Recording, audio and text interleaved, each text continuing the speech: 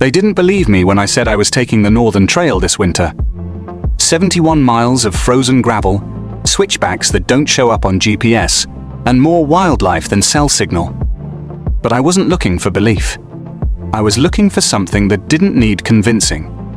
That's why I signed for the new 2026 Toyota Land Cruiser Prado without hesitation. It wasn't about the name, not entirely. The badge matters, sure.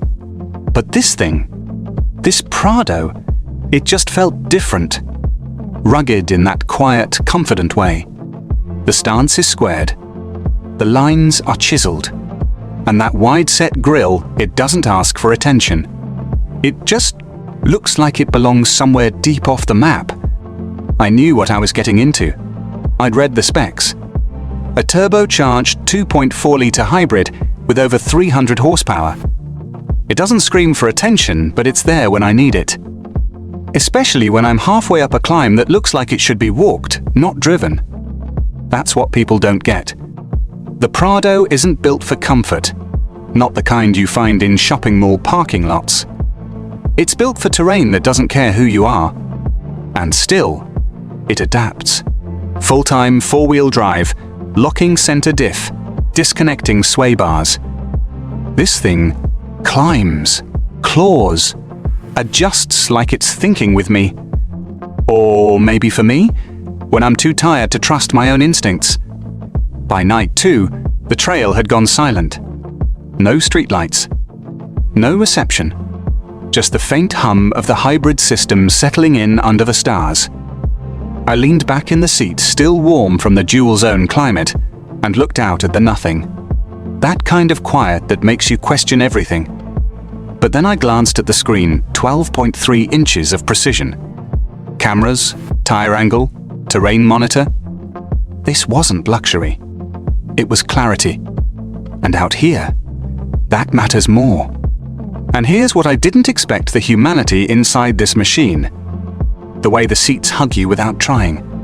Real knobs, not cheap touch panels designed so I could make changes with gloves on. USB ports everywhere. Details that make you feel seen, even when you're miles from anyone. At one point, I remembered the ad I'd barely skimmed: Heritage meets innovation. I'd laughed. But parked beside a snow-fed stream, steam curling off the hood, I got it. The Land Cruiser isn't trying to chase trends. It's built on 70 years of earning trust. The kind of trust that means you don't have to wonder if you'll make it back. And honestly, it's not about needing this kind of capability every day. Most people who buy a Prado won't push it like this. But we want to believe we will. That maybe, someday, we'll break the pattern. We'll choose the hard way. That's what Toyota's really selling. Not just durability. Identity. The version of ourselves we're hoping to grow into. I'm not saying I found myself out here. But on morning 4, when I stepped out and my boots crunched against frozen ground frost still on the glass, cold air in my lungs, I knew I was exactly where I was supposed to be. And I wouldn't have made it here without the Prado.